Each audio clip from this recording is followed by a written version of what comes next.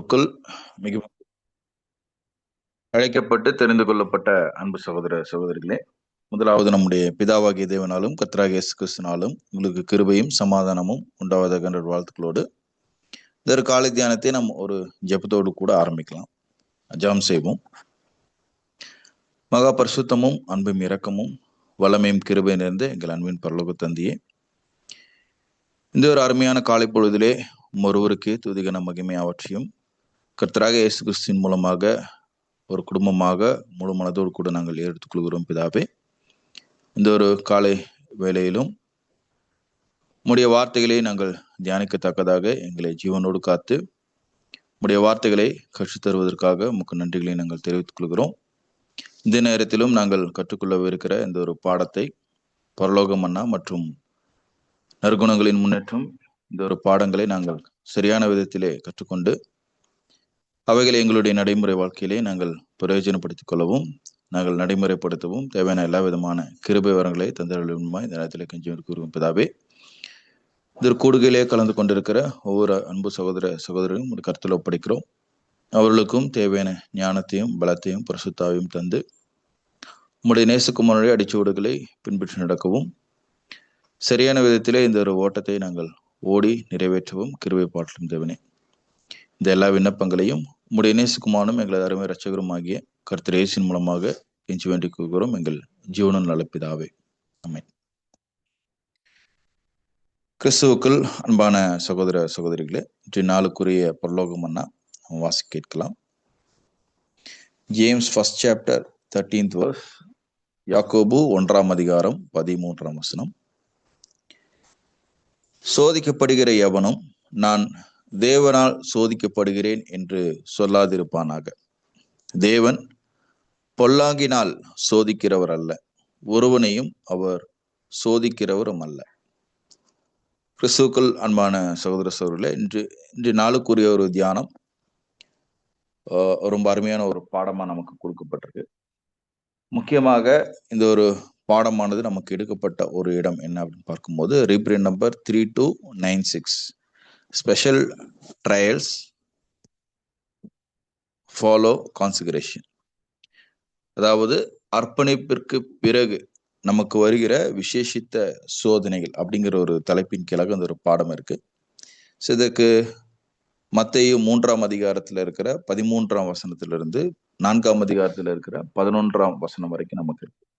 இந்த ஒரு சம்பவம் நமக்கு தெரிஞ்ச ஒரு விஷயம்தான், அது நம்முடைய நினைவுகளுக்கு கொண்டு வரலாம்.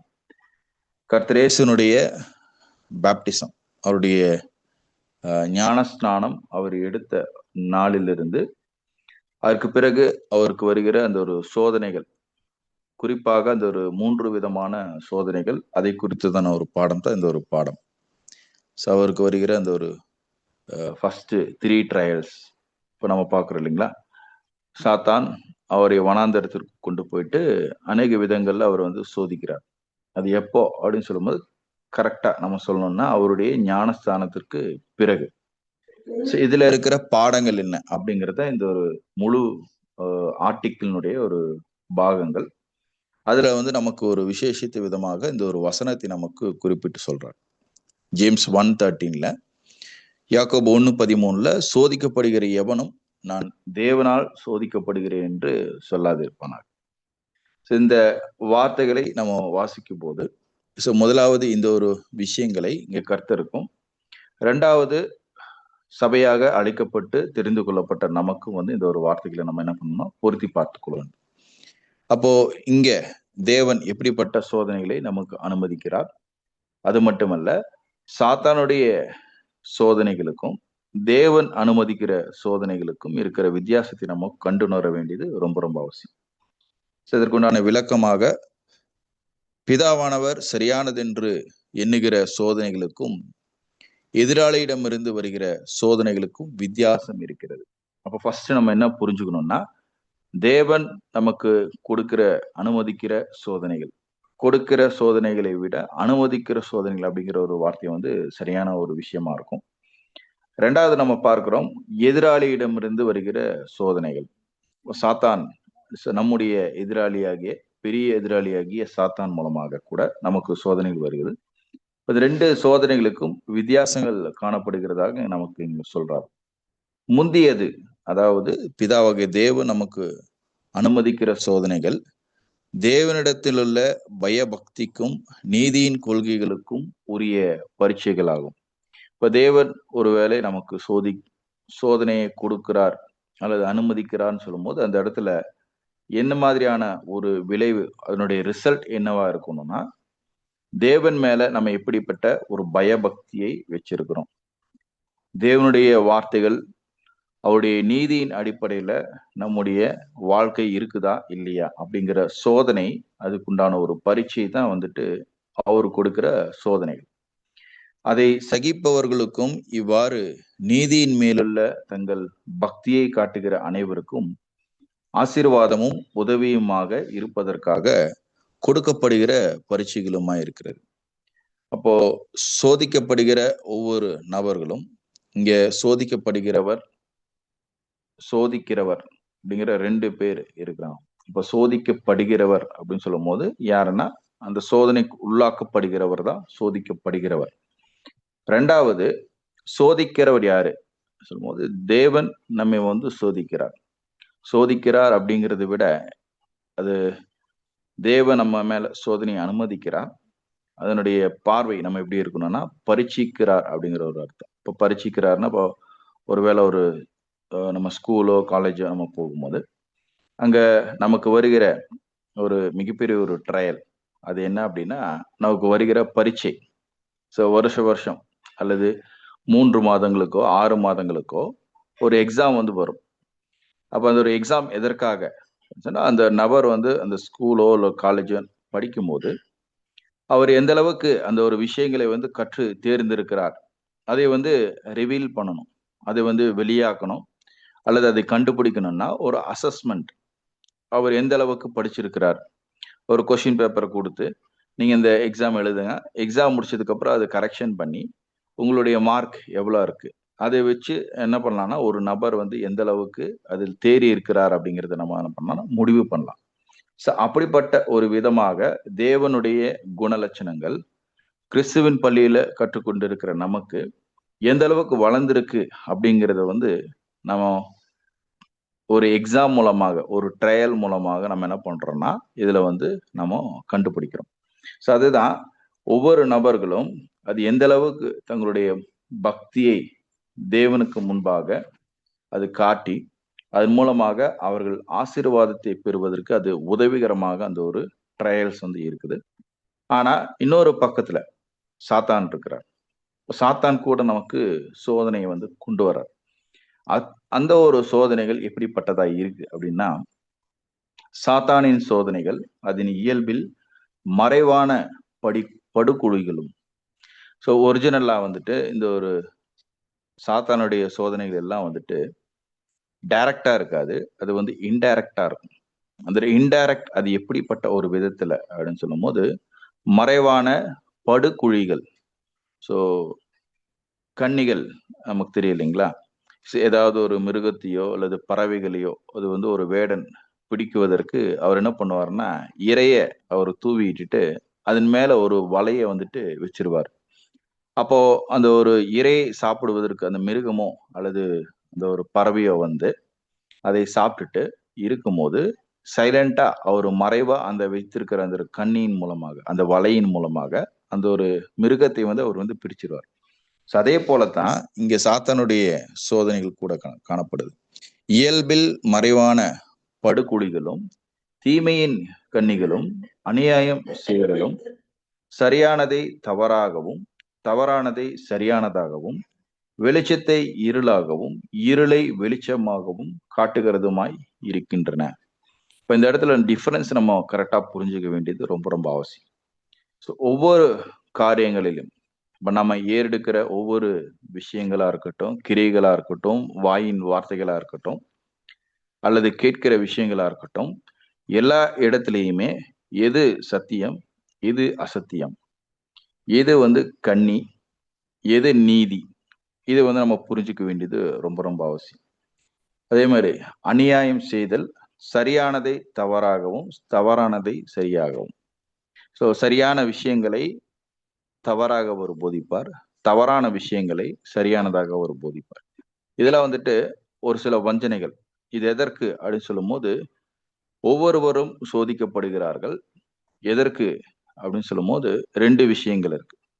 தேவன் ஒருவரை சோதிக்கிறார், அல்லது தேவன் ஒருவர் மேல ஒரு சோதனையை அனுமதிக்கிறார் அப்படின்னு சொல்லும்போது, அந்த இடத்துல வந்து தேவனுடைய குணலட்சணங்கள், தேவனுடைய வார்த்தைகளுக்கு ஒரு உண்மை கிறிஸ்தவர் அவரு கீழ்ப்படுகிறாரா? அல்லது தேவன் எதிர்பார்க்கிற விதத்துல அவருடைய ரிசல்ட் இருக்குதா? அப்படிங்கிறது தான் வந்துட்டு அங்க தேவன் பார்க்கிறார். இது வந்து எப்படின்னா, ஒரு பாசிட்டிவ் மேனர்ல, ஒரு நல்ல ஒரு விதங்கள்ல அந்த ஒரு விஷயங்களை வந்து தேவன் பார்க்கிறார். அதற்காகத்தான் அந்த ஒரு அனுமதி கூட அங்க குடுக்கிறார். ஆனா, இங்க சாத்தான் பத்தி பார்க்கும்போது, அவர் ஒரு புது சிருஷ்டிக்கு, ஒரு உண்மை கிறிஸ்தவருக்கு ஒரு சோதனையை கொண்டு வருகிறார் அப்படின்னா, அவரு முக்கியமான நோக்கம் என்னன்னா, அவர் தன்னுடைய ஓட்டத்திலிருந்து அவர் வந்து விடுகணும். அந்த ஒரு அவருடைய மாம்சம் அல்லது அவருடைய உலகத்தின் ஆவி இதன் மூலமாக ஈர்க்கப்பட்டு, அவர் தன்னுடைய புது சிருஷ்டியினுடைய ஜீவியத்தை அவர் என்ன பண்ணணும்னா, வெறுக்கணும் அல்லது அதை செய்யாதபடிக்கு அந்த இடத்துல தடுக்கணும் அப்படிங்கிற ஒரு நோக்கத்துல இந்த ஒரு விஷயங்களை வந்து அங்க சாத்தான் வந்து குடுக்குறார். சோ தவறான விவரங்களை காட்டி தீமையின் கண்ணியில் சிக்க வைக்க வேண்டும் என்ற கருத்தில் தேவன் ஒருவனையும் சோதிக்கிறவர் அல்ல. இப்ப தேவனுடைய நோக்கம் ஒரு புதிய சிருஷ்டி தன்னுடைய குணலட்சணங்கள் எப்படிப்பட்டதாக இருக்கு, அதை எப்படி வளர்த்தணும், அதை எப்படி வந்து மேம்படுத்தி கொள்ளணும் அப்படிங்கிற நோக்கத்துல அங்க தேவன் வந்து அந்த ஒரு சோதனைகளை வந்து அனுமதிக்கிறார். அப்ப இந்த ஒரு விஷயங்கள் வந்து நம்ம தெளிவாக நம்ம பார்க்க வேண்டியது அவசியம். இந்த ஒரு விஷயங்கள் அப்படியே கர்த்தருடைய வாழ்க்கையில நடந்தது. இப்ப நம்ம பார்க்கிறோம். அந்த ஒரு ஆதார வசனங்களை நம்ம பார்க்கிறோம். மத்தேயுல 3ஆம் அதிகாரம் 4ஆம் அதிகாரத்துல இந்த கர்த்தர் அந்த ஒரு 40 நாள் வனாந்தரத்துல போயிட்டு தேவனுடைய திட்டங்களை அறிந்து கொண்டு அவர் வெளியில வரும்போது, முதல் ஒரு சோதனை வந்து சாப்பாடு. ஏன்னா அவருக்கு நல்லாவே தெரியும், மாம்சம் ஒரு பலவீனமான மாம்சம். கண்டிப்பாக அது வந்து சாப்பாடு தேவைப்படுவதா இருக்கிறதுனால, முதலாவது இந்த கல்லுகளை நீங்கள் என்ன பண்ணுங்க, அப்பங்களாக நீங்க மாற்றி சாப்பிட்டுக்கங்க. இது எப்படிப்பட்ட ஒரு கண்ணி அப்படின்னா, லிட்டரலா பார்க்கும்போது பசியா இருக்கிறவருக்கு சாப்பாடு கொடுக்கறது அப்படிங்கிறது வந்து ரொம்ப நல்ல ஒரு விஷயம். ஆனா இதுல எப்படிப்பட்ட ஒரு கண்ணி இருக்குதுன்னா, ஒரு மறைவான ஒரு கண்ணி இருக்கு. அவருக்குள்ள இருக்கிற ஒரு பலவீனம் அல்லது மாம்ச பலவீனம், ஒரு டயர்ட்னஸ் மூலமாக அவரு சாத்தனுடைய வார்த்தைக்கு கீழ்ப்படியறதுக்கு வாய்ப்புகள் இருக்கு.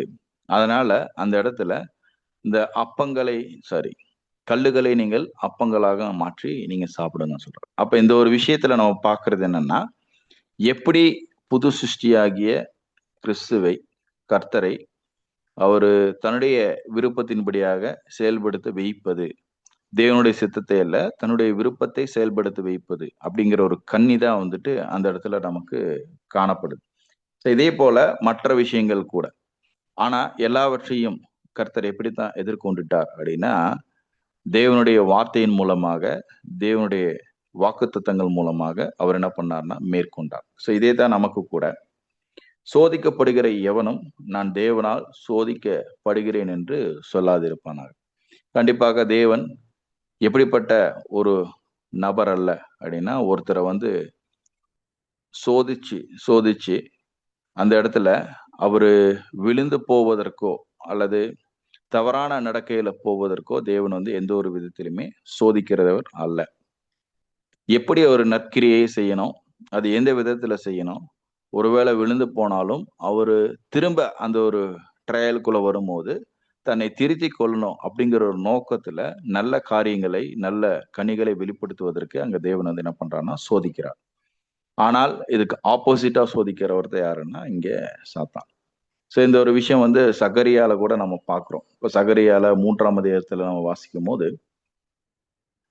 அந்த யோசுவாவை பத்தி ஒரு ஒரு சில வார்த்தைகள் இருக்குது. அத கூட நம்ம என்ன பண்ணலாம்னா ஒரு உதாரணமாக நம்ம எடுத்துக்கொள்ளலாம். சகரியால 3ஆம் அதிகாரத்துல அவர் பிரதான ஆசாரியனாகிய 1ஆம் வசனம், அவர் பிரதான ஆசாரியனாகிய யோசுவாவை எனக்கு காண்பித்தார். அவன் கர்த்தருடைய தூதனுக்கு முன்பாக நின்றான். சாத்தான் அவனுக்கு விரோதம் செய்ய அவன் வலது பக்கத்திலே நின்றான். இப்போ பிரதான ஆசாரியராகிய யோசுவா அப்படின்னு சொல்லும்போது இங்க யோசுவாங்கிறது ஒரிஜினலா வந்து கிரைஸ்ட குறிக்குது. ஒரு மீட்பரை வந்து இது குறிக்கிறதா இருக்கு. இந்த இடத்துல வந்து கமெண்ட்ரியில நீங்க வாசிச்சீங்கன்னா அதுல வந்து கர்த்தர் இயேசுவையும் அவருடைய சரீர அங்கங்களாகிய சபையும் வந்து அங்க அடையாளப்படுத்துது. அவர் கர்த்தருடைய தூதனுக்கு முன்பாக நிற்கிறாரு. அந்த இடத்துல பக்கத்துல யார் இருக்கிறாருன்னா சாத்தான் இருக்கிறார். சோ உடனே கர்த்தர் சாத்தானை நோக்கி, கர்த்தர் உன்னை கடிந்து கொள்வாராக, சாத்தானே எருசலேமை தெரிந்து கொண்ட கர்த்தர் உன்னை கடிந்து கொள்வாராக, இவன் அக்கினியின் என்று தப்புவிக்கப்பட்ட கொல்லி அல்லவா என்றார். ஆனா யோசுவா எப்படி இருக்கிறார்னா, யோசுவாவெனில் அழுக்கு வஸ்திரம் தரித்தவனாய் தூதனுக்கு முன்பாக நின்றான். அவர் தமக்கு முன்பாக நிற்கிறவர்களை நோக்கி, இவன் மேல் இருக்கிற அழுக்கு வஸ்திரங்களை களைந்து போடுங்கள் என்றார். பின்பு அவனை நோக்கி, பார், நான் உன் அக்கிரமத்தை உன்னிலிருந்து நீங்கச் செய்து உனக்கு சிறந்த வஸ்திரங்களை தரிப்பித்தேன். அப்ப தேவன் வந்து என்ன பண்றாருன்னா, கர்த்தர் இயேசுவினுடைய ரத்தத்தின் மூலமாக, அந்த ரான்சம் சாக்ரிஃபைஸ் மூலமாக நமக்கு என்ன பண்ணியிருக்கிறாருன்னா, ஒரு வெண்மையான ஒரு வஸ்திரத்தை, இந்த ஒரு அழுக்கு வஸ்திரத்தை எடுத்து போட்டுட்டு ஒரு வெண்மையான வஸ்திரத்தை வந்து நமக்கு போட்டிருக்கிறார். ஆனா நமக்கு எதிராளியாக இருக்கிற சாத்தான், அவருடைய வேலை என்ன? சாத்தானுடைய முக்கியமான வேலை என்னன்னா, நம்முடைய பலவீனங்கள், நம்முடைய பாவங்கள், பழைய விஷயங்களை திரும்பி ஞாபகத்துக்கு கொண்டு வந்து நம்ம எப்படி விட வைக்கலாம்? நம்முடைய பலவீனங்கள் மூலமாக, குறைபாடுகள் மூலமாக நாம் தேவனுக்கு எப்படி விரோதமாக நம்மை கொண்டு போகலாம் அப்படிங்கிற ஒரு எண்ணத்துல தான் அவர் என்ன பண்றாருன்னா, நமக்கு முன்பாக அவர் வந்து வலது பக்கத்துல அவர் நிற்கிறார். நம்முடைய கேரக்டர் டெவலப்மெண்ட்டுக்கோ அல்லது நல்ல காரியங்களுக்கோ அவர் நிக்கல. மாறாக கண்ணியில் அகப்பட வைப்பதற்கு நமக்கு முன்பதாக அவர் நிற்கிறார் அப்படிங்கிறத விஷயத்தை நம்ம பார்க்கணும். அதனால நாம் கூட இந்த ஒரு விஷயத்தை வந்து சரியான விதத்துல உணர்ந்து கொண்டால், நாம தேவனுக்கு விரோதமாக இன்றைக்குமே நம்ம என்ன பண்ண மாட்டோம்னா முறுமுறுக்க மாட்டோம். சம்டைம்ஸ் நமக்கு சோதனைகள் வரும்போது ஒரு பொதுவான ஒரு காரியம்தான், ஏன் தேவன் என்னைய வந்துட்டு இப்படி சோதிக்கிறார், இப்படி வந்து நம்ம கேள்வி கேட்டோம்னா அந்த இடத்துல தேவனுக்கு விரோதமா நம்ம முறுமுறுக்கிறதுக்கு அது வந்து ஏதுவான ஒரு விஷயமா இருக்கும். அப்போ முக்கியமா நாம புரிந்து கொள்ள வேண்டியது இந்த இடத்துல தேவனுடைய சோதனை. தேவன் எப்படிப்பட்டவர், தேவன் எப்படி நம்மளை வந்துட்டு சோதிக்கிறார் அப்படிங்கறத வந்து நம்ம பார்க்கிறோம். செகண்ட்,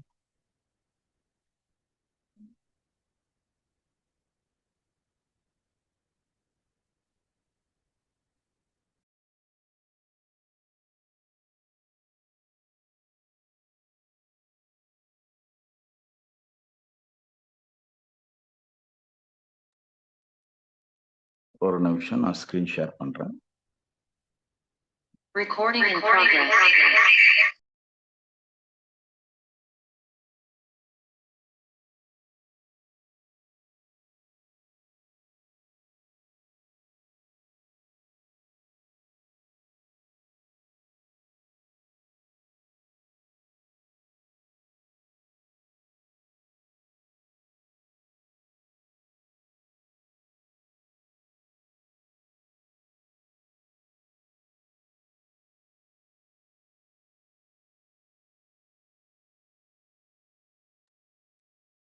படங்களுக்கு இப்ப இந்த ஒரு விஷயத்துல நம்ம தெளிவாக நம்ம பார்த்திருக்கிறோம்.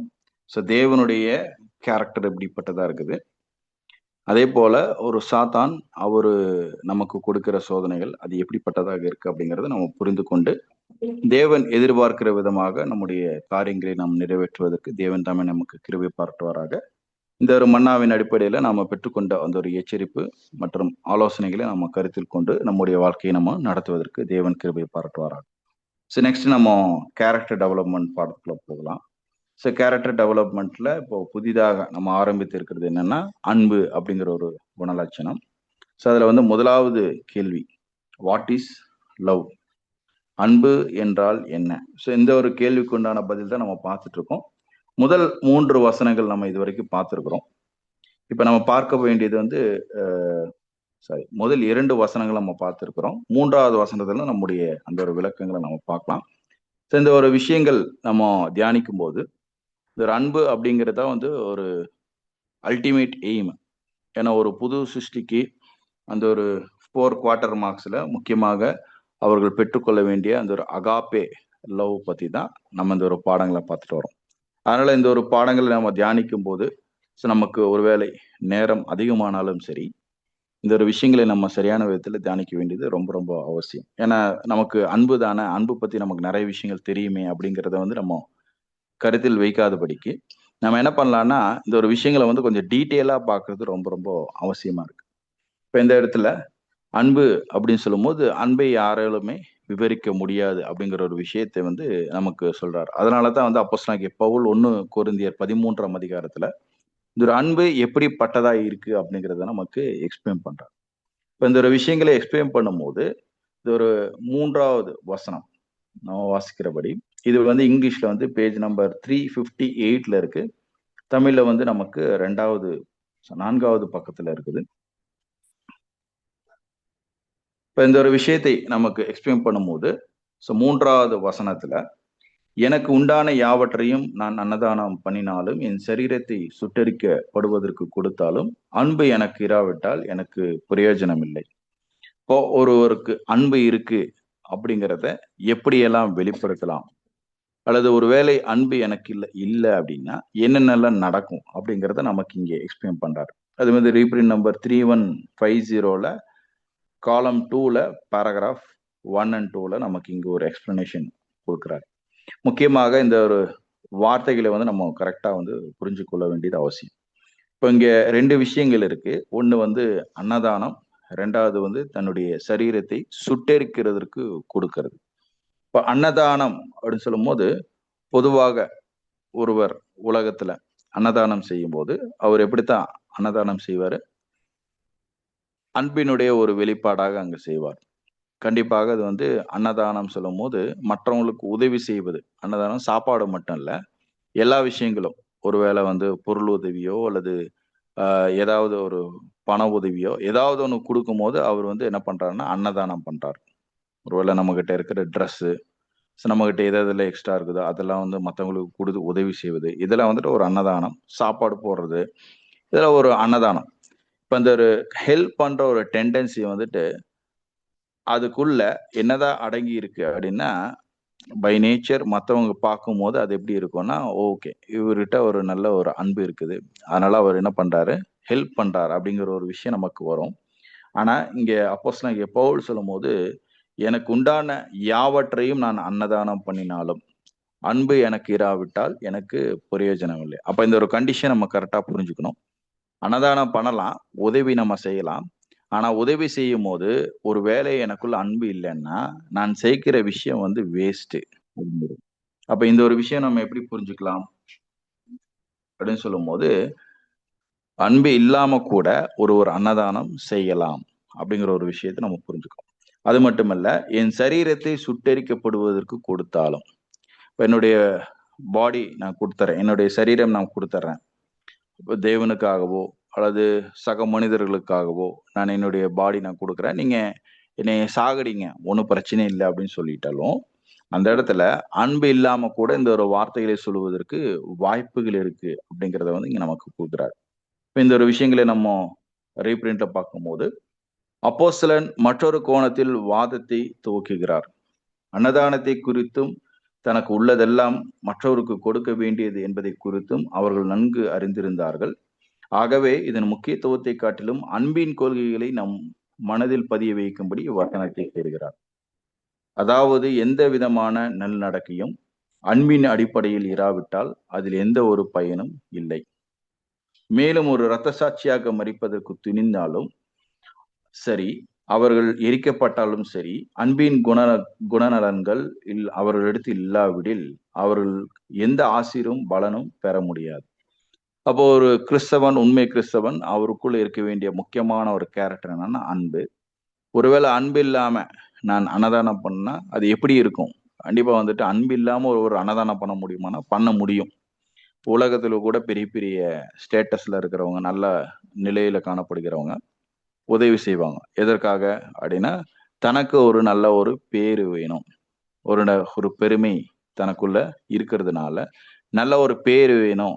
ஒரு எல்லாரும் நம்மள நம்மள பார்க்கும்போது, நல்ல விதத்துல பார்க்கணும் அப்படிங்கிற ஒரு நோக்கத்துல என்ன பண்ணுவாங்கன்னா இந்த ஒரு உதவிகளை வந்து செய்வது உண்டு. அதே போல ரத்த சாட்சியாக மரிப்பதர் அப்படின்னு சொல்லும்போது ரத்த சாட்சி கூட அன்பில்லாம எப்படி மறிக்க முடியும் அப்படிங்கிற ஒரு கேள்வி வருது. ஆனா இந்த இடத்துல மற்றவர்களை கம்பேர் பண்ணிட்டு மற்றவங்க செய்ய மாட்டாங்க, நான் செய்வேன். இப்போ பேதுரு சொல்றாரு இல்லைங்களா? மற்றவர்கள் ஓடி போனாலும் நான் உங்களை விட்டு போக மாட்டேன். இதுல வந்துட்டு அந்த ஒரு சுயநலம் அல்லது நம்பிக்கை, சுய நம்பிக்கை அப்படிங்கிற ஒரு விஷயம் வந்து அங்க காணப்படுது. இப்படிப்பட்ட ஒரு விஷயம் கூட ஒருவேளை நமக்குள்ள வருவதற்கு வாய்ப்புகள் இருக்கு. மற்றவர்களை கம்பேர் பண்ணிட்டு நம்முடைய எந்த ஒரு விஷயங்களும் இருக்கக்கூடாது. இது எல்லாமே வந்து எப்படித்தான் வரணும்னா, நம்முடைய ஜீவனை பலியாக செலுத்தணும்னாலோ அந்த இடத்துல அன்பு அப்படிங்கிற ஒரு கொள்கையின் அடிப்படையில இந்த ஒரு விஷயங்கள் வந்து காணப்பட வேண்டியது ரொம்ப ரொம்ப அவசியமா இருக்கு. சுய கட்டுப்பாடு, பலியின் ஜீவியம், விசுவாசத்தில் உறுதி போன்ற நல்ல குணங்களில் வளர்ச்சி அடையக்கூடியவர்கள் அன்பில் வளர்ச்சி அடையாமல் எவ்வாறு இருக்கக்கூடும்? ஒருவேளை நம்முடைய கேரக்டர்ஸ் எப்படி வேணா நம்ம வளர்த்திட்டு போகலாம். அதாவது சுய கட்டுப்பாடு, செல்ஃப் கண்ட்ரோல் எனக்கு இருக்கு. பலியின் ஜீவியம், நான் நல்லா வந்து தேவனுக்காக பலி செலுத்துறேன். விசுவாசத்தில் உறுதி, நான் பெற்றுக்கொண்ட அந்த ஒரு மகா பரிசுத்த விசுவாசத்தில் நான் ரொம்ப உறுதியா இருக்கிறேன். இப்படிப்பட்ட ஒரு குணலட்சணம் நமக்குள்ள இருந்தாலும் ஃபைனலா தேவன் கொடுக்கிற ஒரு டெஸ்ட் என்னன்னா, நமக்குள்ள எந்த அளவுக்கு அன்பு வளர்ச்சி அடைஞ்சிருக்கு. இந்த ஒரு அன்பை அடிப்படையாக கொண்டுதான் மற்ற குணலட்சணங்கள் வளர வேண்டியதா இருக்கு. மற்ற குணலட்சணங்கள் நமக்கு பொறுமையா, அது வந்துட்டு ஈஸியா அது வந்துட்டு வளர்ந்துரும். ஆனா அன்பு அப்படிங்கிற ஒரு குணலட்சணம் வளருவதற்கு கொஞ்சம் டைம் எடுக்கும். அப்போ அன்பு இல்லாமல் இக்குணங்களை நாம் வளர்க்க வேண்டும் என்பது நம்முடைய நோக்கம் அல்ல. ஆனால் இக்குணங்களோடு அன்பும் ஓரளவிற்கு வளர வேண்டும். இதனுடைய கண்டினியூஷன் நம்ம பார்க்கும்போது தானம், தர்மம் செய்வதும் பலி செலுத்துவதும் நம்முடைய அறிவு, நம்முடைய போதனை அனைத்துமே அன்பின் அடிப்படையில் இருந்தால் மட்டுமே தேவனால் ஏற்றுக்கொள்ளப்பட்டு அங்கீகரிக்கப்படுவோம் என்று மிக உறுதியாக அப்போஸ்தலர் கூறுகிறதை நம்மால் புரிந்து கொள்ள முடிகிறது. மேற்கூறப்பட்ட நற்குணங்களில் சிறிதளவு அன்பு காணப்பட்டால் தேவனும் சிறிதளவே பாராட்டுகிறார். இப்ப இந்த இடத்துல வந்து ஒரு ப்ரொபோர்ஷன் நம்ம பார்க்க வேண்டியது அவசியம். ப்ரொபோர்ஷன்னா எந்த அளவுக்கு நம்ம அன்பு செலுத்துறோம், எந்த அளவுக்கு அன்பின் அடிப்படையில நம்முடைய கேரக்டர்ஸை வெளிப்படுத்துறோமோ அந்த அளவுல தான் தேவன் நம்மள என்ன பண்றாருன்னா அப்ரிஷியேட் பண்றாரு. இப்ப எந்த அளவுக்கு நான் அன்பு அதிகமா வச்சு அந்த கேரக்டர் வெளிப்படுத்தணும்னோ அந்த அளவுக்கு அதிகமா தேவன் நம்மளே பாராட்டுவார். ஒருவேளை எனக்குள்ள குறைவான அன்பு தான் இருக்குது, சுயநலம், பெருமை, மற்ற விஷயங்கள் அதிகமாக இருக்கும்போது, சுயத்தின் விஷயங்கள் அதிகமாக இருக்கும்போது, அன்பு குறைவப்படும் போது அந்த ப்ரொபோர்ஷன் எவ்வளவு இருக்குதோ அதுக்கேற்ற மாதிரி தான் தேவன் நமக்கு அந்த ஒரு ரிவார்ட்ஸ் வந்துட்டு கொடுப்பார். அதே நேரத்தில் மிகப்பெரிய அளவில் காணப்பட்டால் அந்த அளவிற்கு அந்த நல்ல குணங்களை பாராட்டுகிறார். முழுமையாக அன்பின் தூண்டுதலினால் செயல்பட்டால் அவர் முழுமையாக ஏற்றுக்கொள்வார்.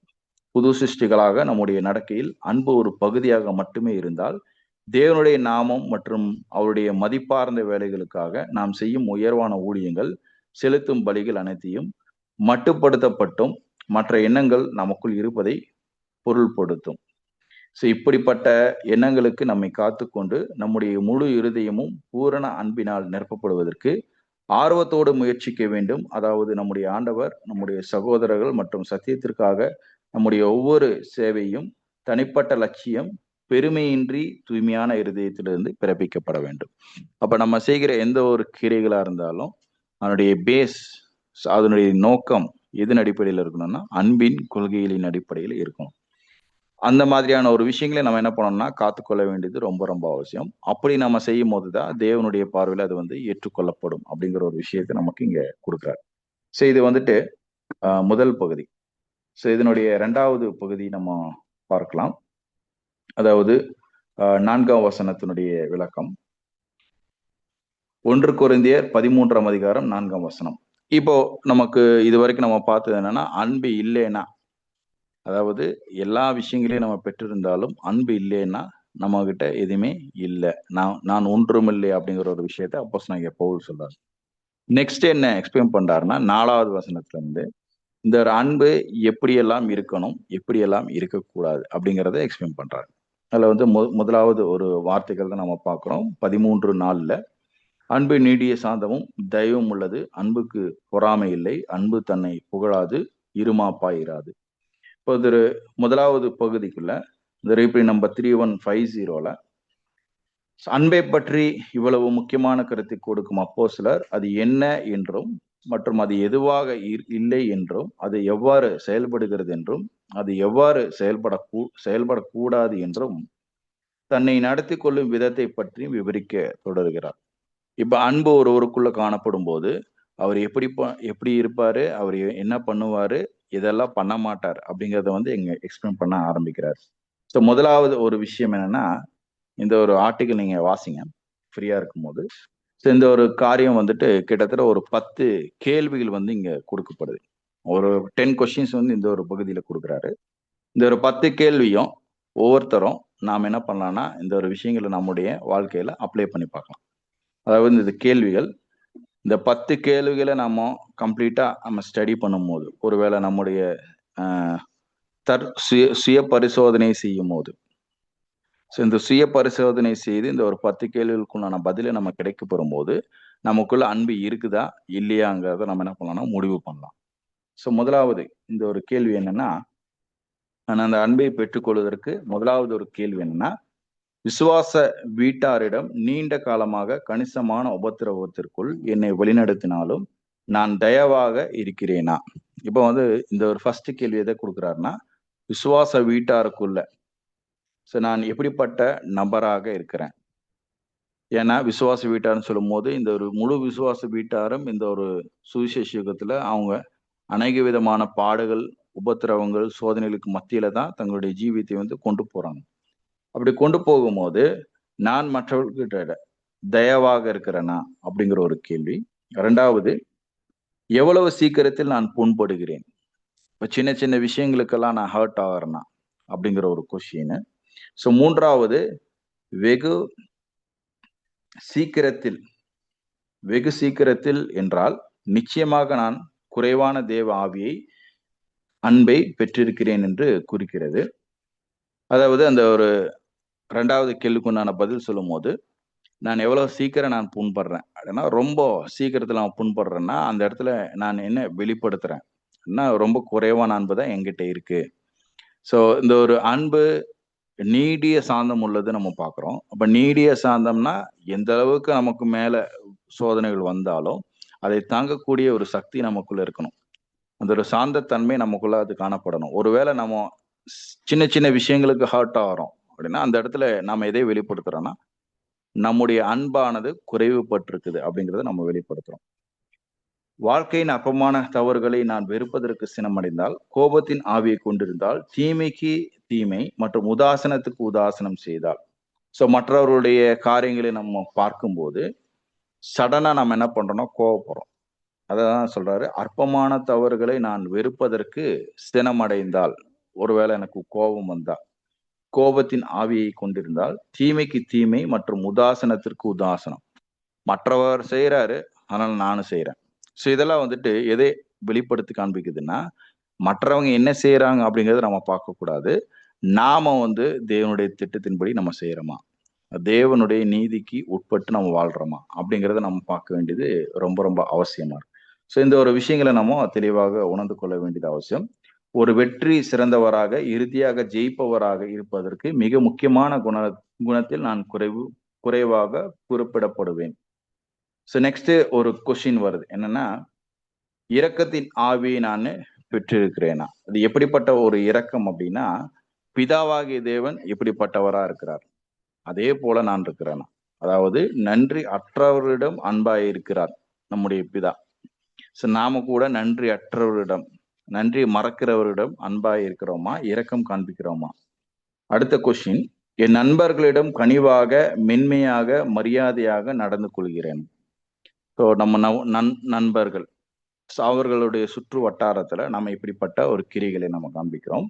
என்னுடைய கிரியைகள், வார்த்தைகள் மற்றும் சிந்தனைகளில் இந்த அன்பின் அடையாளம் வியாபித்துள்ளதா? ஸோ நம்ம இந்த ஒரு காரியத்தை கூட ரொம்ப டீப்பா ஸ்டடி பண்ண வேண்டியது அவசியமா இருக்கு. கிரியைகள், வார்த்தைகள், சிந்தனைகள், இதுல வந்துட்டு ஒன்னொன்னா நம்ம என்ன பண்ணலாம்னா சோதித்து பார்க்கலாம். அதுல நம்முடைய அன்பு அப்படிங்கிறது வெளிப்படுதா? நான் மற்றவரிடம் கனிவுடன் இருக்கிறேனா?